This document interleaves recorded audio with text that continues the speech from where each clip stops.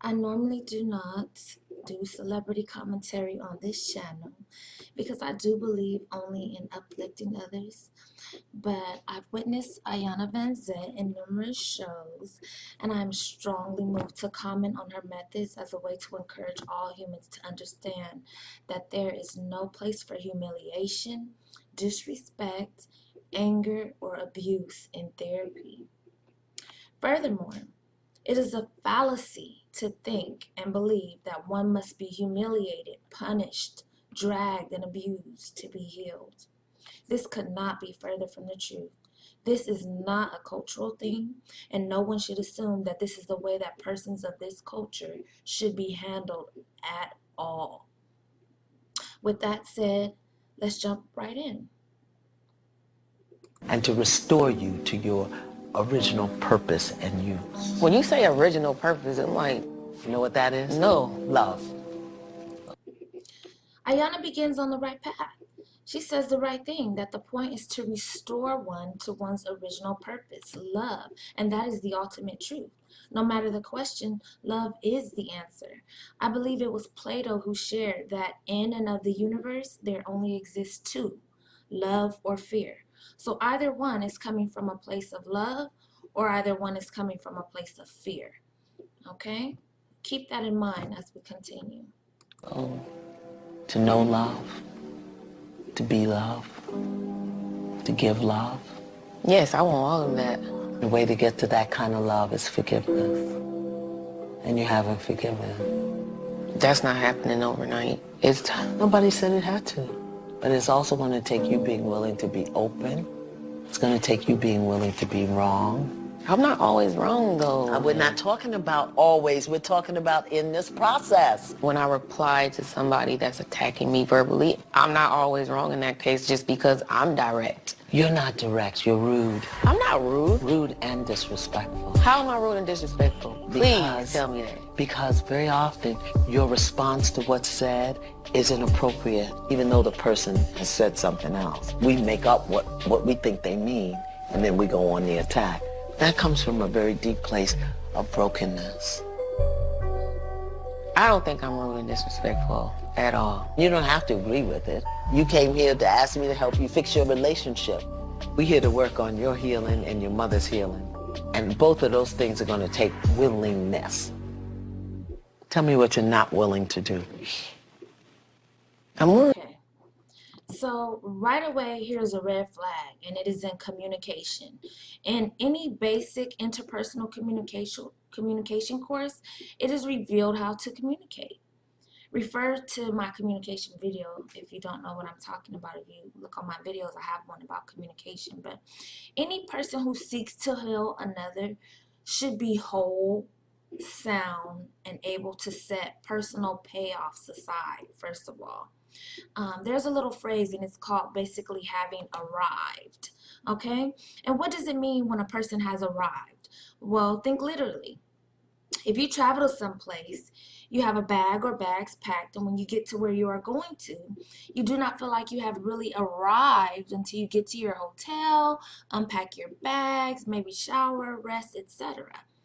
Now, if you travel to some place, and before checking into your hotel, you have a company meeting to go to, maybe then after that you have dinner with colleagues, and all the while your traveling bag is still in the trunk. You're not even sure if your check-in will go well, and there you are having dinner or drinks, unshowered, not fully rested and restored, or even prepared. You still have not unpacked your bags. And the point is, from Iyanla, while she has the foundation, it seems that she just has not arrived yet. It appears that she still has bags that she needs to unpack. Someone who has arrived will be less confrontational, okay? Someone who has arrived does not have a need to be bowed to. Yet time and time again, Iyanla is witnessed not having the love, patience, and overall integrity that she is trying to pull out of her clients, if you will. Let's continue, and I'll share more of just what I mean there. I'm gonna do whatever to fix it. It's just, I don't want to own up to something I disagree with. Like, I don't want to. But your vision is distorted. So you may think it's something. So right away, without any process, she immediately starts to label and define exactly who, what, where, and how Shay is there, while Shay has not even said much of 2 to 3 sentences yet. It is very obvious that Iyanla has some needs that she is trying to meet herself. She appears to want instant gratification by the way she immediately attempts to be authority in and of the conversation. At this stage in the process, there should be a whole lot more listening and a lot less talking and defining on the part of Iyanla. Something you don't agree with when you're just not seeing it accurately. That could be the case. Yeah. I have a feeling this is gonna turn into some type of intervention for me. I won't sit there and be, it was you, it was you, it was you. I don't want that. It may look like that in the beginning, but if you give me a minute, we'll work it out. I heard you say you'd be willing to do whatever it takes to heal this. So what it may take to heal this is to sit still for a minute, breathe, let people say what they have to say, and then let's choose another approach. It's going to be moments when you don't like me. It's okay. I don't think it's gonna be moments I don't like you. Okay. I kind of think there might be. All right, I'm going to go talk to your brothers. Okay. There is a lot of... Okay, so once again, it is very evident that Iyanla has a need. She needs validation. She needs authority. She needs to feel like she is the one. She needs for Shay to bow to her, and this is a problem. Therapy should not be this kind of exchange at all, okay? At about 1:45, Iyanla asked Shay to tell her what she is not willing to do. And again, this is not in alignment with professional and evidence-based practice. When working with clients, everything should come from strength-based practice. She literally should have asked her the opposite. Iyanla should have asked Shay, what are you willing to do, rather than what are you not willing to do? So the conversation continues, and before Shay even finishes her sentence, Iyanla humiliates her yet again and points, Iyanla humiliates her yet again and does a little cackle of a laugh at her while pointing too. She like points her finger at her and like pushes her finger downward, like in a motion, like go down, like basically bow to me. And it's very brief and quick, you miss it, but it's just kind of telling of what her mindset is. So she kind of points and laughs at her with her finger going down, and it's just counterproductive overall. She does that little cackle of a laugh at her while pointing to, and this is just so counterproductive. It's literally just hard to watch. Shay is trying to be open and seems like just needs a hug at this point. She submits to Iyanla's authority by saying that, yeah, that could be the case. And you can hear Iyanla sigh in enjoyment because now Shay has submitted a bit. Iyanla says, yeah, very strange, like when Shay kind of submits. You could just hear her in her voice. She's like, yeah. And it just sounds very strange because it's just almost intimately it sounds, because she's getting her little payoff there. Iyanla is. It is clear that this is what Iyanla needs. She needs to be bowed to. She has to be the one. And this is a recipe for disaster when attempting to fix or counsel others. Then we have Iyanla kind of gearing Shay up. She tells her in like a spoonful of pessimism that there will be moments when Shay does not like her. She tells her that things may be bad in the beginning and all of this just really goes against everything that good therapy should offer. One cannot predetermine approach and outcome because every individual is a different person. One can never expect, especially not expect in pessimism, what will happen or exactly how one's therapy session will go. There is a name for this kind of approach, and it is called blanketing. It is as if all clients are on a bed and you just spread a single blanket therapy with preconceived notions and ideas about them. But each individual exists as a culture all their own. Literally, Iyanla obviously has some preconceived ideas about Shay, and she is basically armored up and ready. Iyanla is coming in like, I'm going to show you. I'm going to fix you. Yeah, I got your number. I see what you have here. Just can you imagine being subject to that? Let's continue watching. Of pain and very little accountability running through this family's tree. I want to hear from the males in this family, the boys who had to become the men of the house after their father left. We have Mr. Joe, who's in a marriage that is on the brink of a breakdown. And then we have Mr. MJ, who left home at 15 and barely speaks to his siblings. Gentlemen. Hello. And you are Mr. MJ. MJ. Yes. Actually, I just want to stop in there to say, Iyanla continues with these weird cackles, and they are even very mocking in nature, very elevated, like, I'm up here and you are down there, I'll show you. She walks away, and in the background of the show, she readily starts to create this wild narrative. If you just saw that, if we just skip back, she just like the scene, the split between this scene and the scene with her and Shay, she walks away at that scene and has this wild narrative going on in the background. She says how there's a lot and very little accountability. It is just so like, wow, really? See, therapists must also have good customer service skills. You don't make your customer bow to you. You don't cackle and laugh at your customers who come into the store and don't know what a product is. You don't tell a customer that they never looked for an item before they ask you for help. And you sure would not tell a customer that they will not like how it goes, you helping them to find an item. Can you imagine that? If you go in the store and you ask someone for help and you say, well, you're not going to like how this because we're just not going to find, you're not going to like this at all. You know, it's kind of the same concept. We're barely even 3 minutes in, and it seems that Shay is not the customer at all. It seems that the actual customer is us who are watching. It seems that Iyanla is putting on for the cameras rather than truly focusing on the healing and customer service of this family. Okay? Then next, Iyanla introduces the men by saying that she wants to meet the boys who had to become the man of the house when they were kids. Well, we don't know that this is true, is it? How can she say for sure? I mean, it definitely could be true, but we don't know this. How can we say for sure? Another thing in therapy is that persons providing these types of services need to keep up to date. Every person is a culture. Every family is a culture. You cannot assume that because a father was absent that the young men were forced to be the men of the house. That, again, is a blanket statement. And the problem with blanketing in this way is that it eliminates truth. If Iyanla moves forward with a preconceived idea without proper analysis, she could miss a truth. Perhaps the boys did become the men of the house, or maybe one of them felt like he was never allowed to be regarded as mature enough.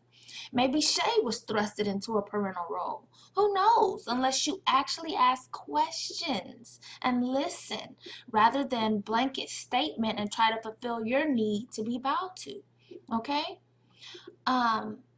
It seems that right away she proceeds with psychological warfare tactics from the very introduction with these guys. Just watch this very introduction when she greets them. Marcus, but you call yourself MJ. That's right. And this is Mr. I'm Joe. sorry. I'm Dr. Joe. Let me back it up a little bit. Like I mentioned, just watch how she greets them. Are Mr. MJ. MJ. Yes. Actually, Marcus, but you call yourself MJ. That's right. And this is Mr. Joe. I'm Dr. Joe. Yes, Mr. ma'am. Joe. I'm the only doctor in this house. How about that? You are a beautiful man. Thank you. Oh my God. Inside and out, right? Yeah, well, right now y'all are a hot ass mess. So right away, she proceeds with psychological warfare tactics from the very introduction. One states his name as doctor, and she totally dismisses it. And you just can't, you have to just ask, why? You know, why? Why did you need to dismiss that? That is a clear indication that she needs to be bowed to.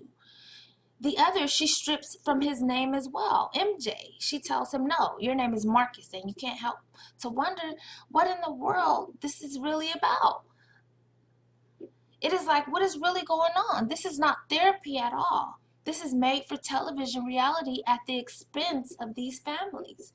In therapy, you want to cater to the name and title one likes to be referred to as for so many reasons, but primarily and simply out of respect. This is a customer, a client, and in therapy, you always want to take whatever route possible to see to it that you are preserving the dignity and respect of the individual. Secondly, what if a client had something like dissociative disorder and introduced themselves one way today and maybe refer to themselves as someone else later on? She could miss that in her blanketing way of treating them. Then after all this discomfort with her slashing who they are, their preference, I'm doctor, but she dismisses that. After all that discomfort, she offers like a degree of flirtation and what appears to be false praise. While the men are handsome, it is also just very strange the way that she humiliates them by dropping their names, then honeymoons them with a surface compliment and smile. Okay? Let's continue. And I'll just back that up just one more time so you can see exactly what I was referring to there. That's right. And this is Mr. Joe. I'm Dr. Joe. Mr. Joe. I'm the only doctor in this house. How about that? You are a beautiful man. Thank you, thank you. Oh my God. Inside and out, right? Yeah, well, right now y'all are a hot ass mess. So how did y'all get like this? I would say it starts from my mom, because my mom was a independent, woman taking care of 3 kids. And where was Dad? Dad was in the Army, so they had got a divorce, early on. And she was taking care of us and just worrying about taking care of the household and not giving the love that we needed as kids. It was all just tough love. I don't even think we used to talk a lot in the house, right? Because I think she was so angry at whatever was going on in her life, but she's not going to share that with her children. We just felt the impact of that. And what was that impact? What did that look like? Tough love. What does tough love look like? Tough love sounds like, I ain't raising no punks, right? You better be able to, stand on your own. You figure it out. It's one thing about tough love, learn how to take care of yourself. It's another thing to call your son a punk. Those are 2 different things for me. No, I don't think she meant any harm. That was just a choice of words. Yeah, it might not have meant to be harmful, but it led you to make up in your mind what you needed to do, not to be a punk. Right. To take care of yourself. And young men need guidance, particularly when there's no dad around. My father, even though he wasn't present and there, he showed more love from long distance He did. than my mother showed, in the present. I just find it so interesting that the 3 of y'all are here and your dad isn't. It is so common that when one parent leaves, the anger and resentment is directed at the parent who stays. Mr. Joe, Miss Shay, and Mr. MJ have placed their father on a pedestal and placed the blame on their mother, who may have been ill-equipped to juggle all the responsibilities that were left in her lap. When you look at my dad and his character and the type of person that he is, and then you hear her story, it don't match up. Every now and then you'll hear, your daddy did this, your daddy did that. She's talking about her man. You talking about your dad. They're different people in different relationships. Right. Do you get that? Right. That's not you as a man learning about your mother, the woman, and your father, the man. Because how then do you grow relationships? I didn't see relationship in the household. And you ain't married either. No. And you got one that's in trouble, right? We working. Okay, but it's in trouble, is it not? We definitely, yeah. Okay. Yep. Your mother right now, she doesn't have a clue about the negative impact her emotional absence has had on her children. And you've done her a great disservice by not sharing with her. some of the sorrow and sadness that you've experienced in your relationship with her? My mama don't want to hear that. She hates Absolutely, it. she Yeah. doesn't. I want to offer you an opportunity to let your mother know that you and her have issues. Right now? Yeah, I'm going to bring her in here. It's still difficult to do something like that. To be honest and To your authentic mother. with your mother, Yeah. that's a problem. So that means you ain't honest and authentic with your wife. Listen to me. Ma, I need you to know we have issues. That's it. I'm going to go get her. That's all you have to say, and then I'm going to send her away, okay? Okay. Okay. Breathe. Sandra, I got some people I want you to meet. Okay.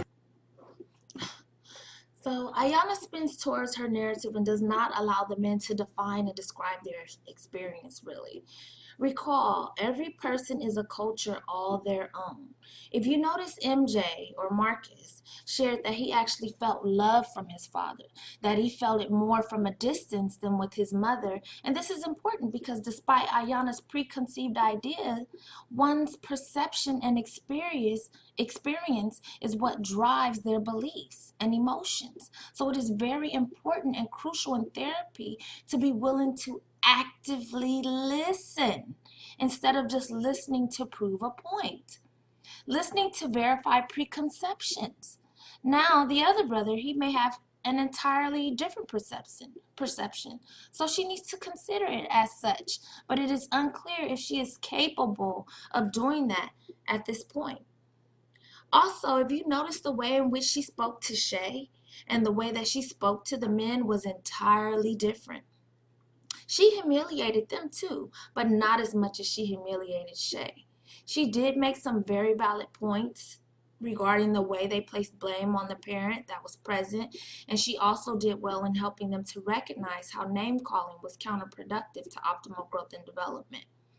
But she brings the mother in and is very immature and unprofessional, very childlike and superficial in the way she interacts and speaks to her. It just doesn't have a good feel overall. It is as if she is doing her own little grooming process with the mother, being on her best behavior is what it seems to me. Look at that. I'm going to stand here with you because remember, I'm with you woman to woman, Okay. mother to mother. Yes. Okay. Your elder son just wants to share something with you. All right. Mama, we got some issues. You breathe. What you hear him say? We have issues. Okay. Good. Mama, I want to let you know we have some issues. What did you hear him say? He have issues with his mother. Okay, good. You heard that. Yes. Good. Now let's go. Come on. It is important for Mr. Joe and Mr. MJ to feel emotionally safe while sharing their authentic experience with their mother. Since my interactions with Miss Sandra earlier in the day revealed that she may react by distorting or denying their truth, I need to remove her from the situation so that her sons do not shut down. I told you. And you don't think you got issues with your children? They never shared that information with me. Yeah. Don't make up what it is. I won't. Don't beat yourself up. Yeah? Mm-hmm. If you could even understand how much it took for them to say that to you. Wow. You know why? Your heart is guarded. It's broken, but it's guarded. And so they're trying to protect you.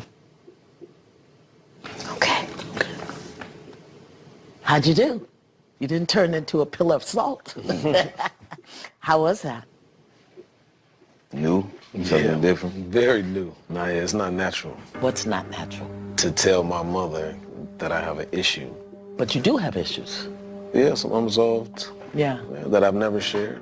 Well, you're not going to be able to heal with your wife who will be here tomorrow if you don't heal with your mama. Yeah. You just never want to go against Mama. You're not going against her. You're But that's standing the for feeling, you know. Well, clear that feeling out.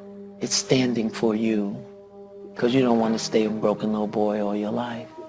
I don't want that for you. You're too pretty. So, you're not speaking to your sister, right? To be honest with you, I haven't spoken to my sister in about 6-7 months. Why? Just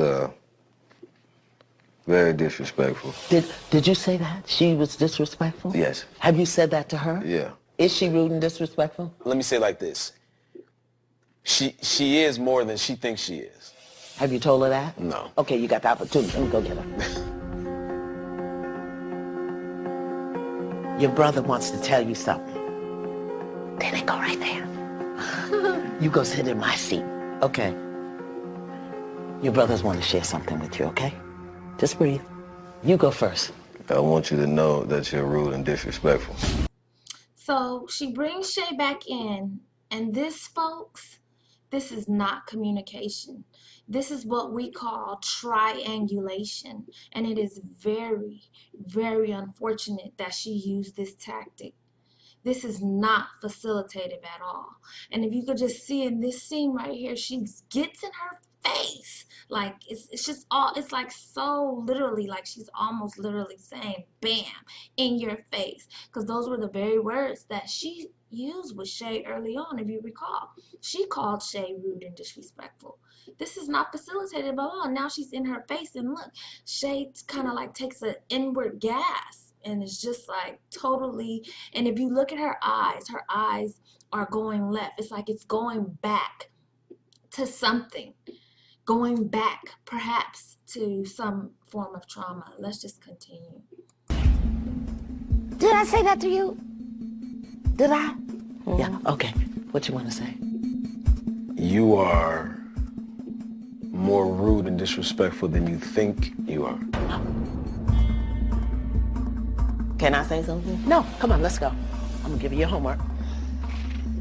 Let's go. Because you feel like Let's you're go. entitled. Let's you go. think you know everything. Did you ask me, could you say something? And I said no, right? So shut up and let's go. Breathe. They shared the truth with you. They shared of their experience. They shared Excuse their me, opinion. excuse me, I'm speaking. They shared the truth of their experience. Your brothers experienced you as rude and disrespectful. And I experienced them a certain way, and I'm not supposed to say nothing? That's not what we're here to do. We're here to heal. Oh, we're here to point the not finger tit for at tat. me. No. You said, I'm willing to do whatever it takes to heal. But that don't Here's mean I one don't have an excuse me. opinion. Here's the thing that you have So to I do. can't talk and you Hear talk the the whole truth. time? Here's the Am I truth. gonna be able to speak? Yes, you are, but not now. We are healing. We're not having a war of opinion. No, but they're foolish.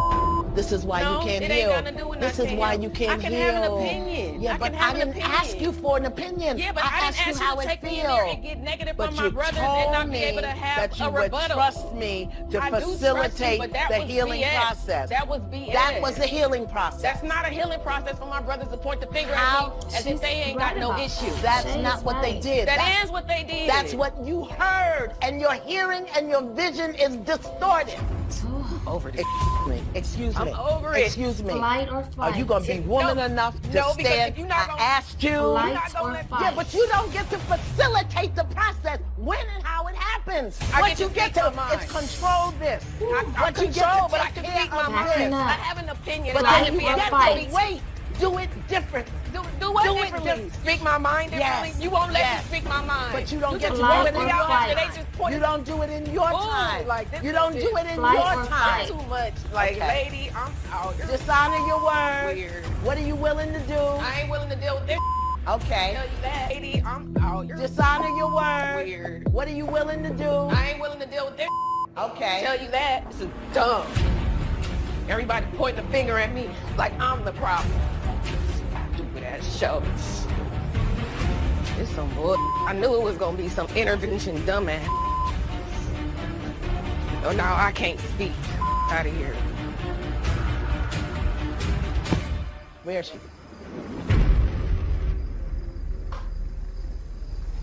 You are not a woman of your word.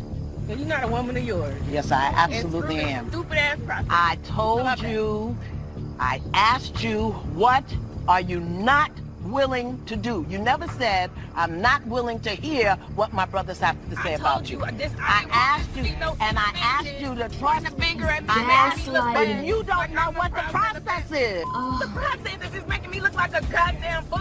Well, how do you know that? How do you know that? He Shay, just did it. Shay. He wouldn't even let me speak my mind. It's about how you speak your mind. And when you react, Hold on. let me say Hold nothing. on. You stopped me from saying what I had to say, so I went in there and said, you, Shay. Oh, you disrespectful and you rude. Y'all ain't gonna make me look like nothing on this. You already look like a fool. All right, and Because you, a you fool gave too. your Your word. process. Your process. You How came about to that? my process. I'm leaving your process. And you don't Bye. ever have to worry about coming back. I don't care if she brings Jesus with her. She can't come back up in here. The disservice that y'all have done to each other by not telling each other the truth. Just not telling the truth. Because what you do is attack. Or what she does is attack. I don't know what y'all do. How do you feel about what you just heard and saw? It's normal. Yeah, that's not. Her behavior is normal. Yeah. But who usually challenges her? My mother. You know, me, I might say my words and then I'm gone. And that's probably why it's hard for her to hear it now. So I'll be here in the morning. Let's see who we have. Tomorrow's going to move quickly. We got a lot of work to do tomorrow. Definitely. Thank you. Thank you.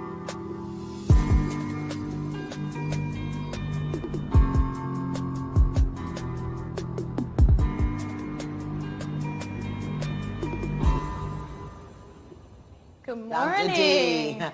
I was just writing down what we saw yesterday. Yes, what we wish we did see yesterday. No, what was your insights? What are your insights? The behavior that Shay demonstrated yesterday is exactly the behavior that she said she came here to change. And these are the patterns that we get caught in. And we want to fix them. But in the middle of trying to fix them, we're so triggered, we're so angry, and we're so Triggered. afraid. And Afraid. I Triggered, angry, afraid. So the doctor identified that Shay was triggered, angry, and afraid. That is a cue to back up. One has to be able to identify trauma in the behavior of others, and the doctor clearly recognized that. But the problem is that after recognizing that Shay's trauma was triggered, no one attempted to give Shay choices. And this is so important because that is how you respond to trauma. Persons dealing with trauma need opportunities to decide. They need to understand that they are a part of the decision-making process. It is clear that Shay has some trauma in here overall. It's clear that Shay has some trauma. The doctor easily identified that. The last thing you ever want to do with someone who has trauma is make them feel they do not have choices. Shay even said herself, she told Iyanla, "You took me in there, you would not allow me to respond." And this was very harmful. Very, very, very harmful. This is just not okay. The doctor tried to explain that Shay feels wrong. She again resorted back to her initial definitions and phrases, triggered, and all of that. I'm sorry, Iyanla resorted back to her original phrases. It appears that the doctor's purpose is to facilitate the process, but it is counterproductive because the doctor allows Iyanla to incorporate debilitating communication tactics and non-professional, non-evidence-based practices into therapy. And this is scary. The doctor should have taught Iyanla how to handle trauma. This therapy needs to incorporate a trauma-informed perspective. Shay was clearly in distress. She went directly into flight or fight response. She was angry. Her trauma was not handled professionally, and I would not be surprised if she experiences re-traumatization because of this event. Survivors of trauma need to have an opinion and choices. Everything about this is debilitative. And the doctor governing this practice with Iyanla should have immediately intervened. Therapy within a trauma-informed perspective should include empowerment and choice, trustworthiness and transparency, a sense of collaboration and mutuality. Safety always and safety first should be the mantra when dealing with persons who exhibit signs of having trauma. Peer support is also very crucial. So the combination of gaslighting Shay, coupled with Iyanla's triangulation of Shay's brothers, and then Iyanla's inability to identify the symptoms of trauma, just really makes this therapy session a traumatic event all its own. Based on the history of Iyanla, I believe that she thinks she is doing the right thing, okay? I really do. I believe Iyanla thinks she's doing the right thing and that her overall intention may be good. Well, let us hope so. And let us try to think about her with and from a place of love overall. Think about Iyanla. Let's just try to think about Iyanla from a place of love. But it's hard not to be in fear when you see something like this happening. And speaking with a friend before I made this video, we both agreed that Iyanla was known for writing some really phenomenal books back in the day. Iyanla really had a good presence in the world of literature, so that leads me to believe that she has great potential. However, it would be awesome if she was able to identify her own strengths and weaknesses, maybe, especially in the area of provisions of therapy. She really needs to identify what her strengths and weaknesses are there. It would be fantastic if Iyanla got some training in how to recognize the symptoms of trauma, and especially how to respond to symptoms of trauma. Saw what Miss Shay did last night in the way Miss Sandra denied what she had said. Exactly. Denial is also a symptom of trauma as well, coincidentally. And in both instances, they made somebody else wrong for what was being presented to them. If you always feel wrong, Okay. you will always fight to be right. That is very telling. So they made it right there. If you always feel wrong, you always fight to be right. Exactly. So don't ever make a trauma victim feel that way. You must offer choices. Aha! That's good. When I look at this family, they're not safe telling the truth because there's so much distorted perception. But the other thing that this family also has, accommodates, and tolerates are escape hatches. I'm going to take a risk here. I'm open that if the family wants to have a conversation with her, I will facilitate the family. Give them skills and tools and information today so that they can do it differently, so that they can create a boundary, so they can create some emotional safety, so that they can share authentically. And she'll either participate or not, but she doesn't get to have another bow at my throne. No. There we have it. Another bow at my throne. See, it's a payoff for her. It's all about something that Iyanla needs in this. So we will continue analyzing the rest of this show very soon. Please subscribe and hit the bell so that you may be notified when I do upload. Thank you kindly for watching. Always try to remember that no matter the question, love is the answer. Be the change that you wish to see in the world. This video only covers the first few minutes and is my initial response. I will review the remainder of the video at a later time.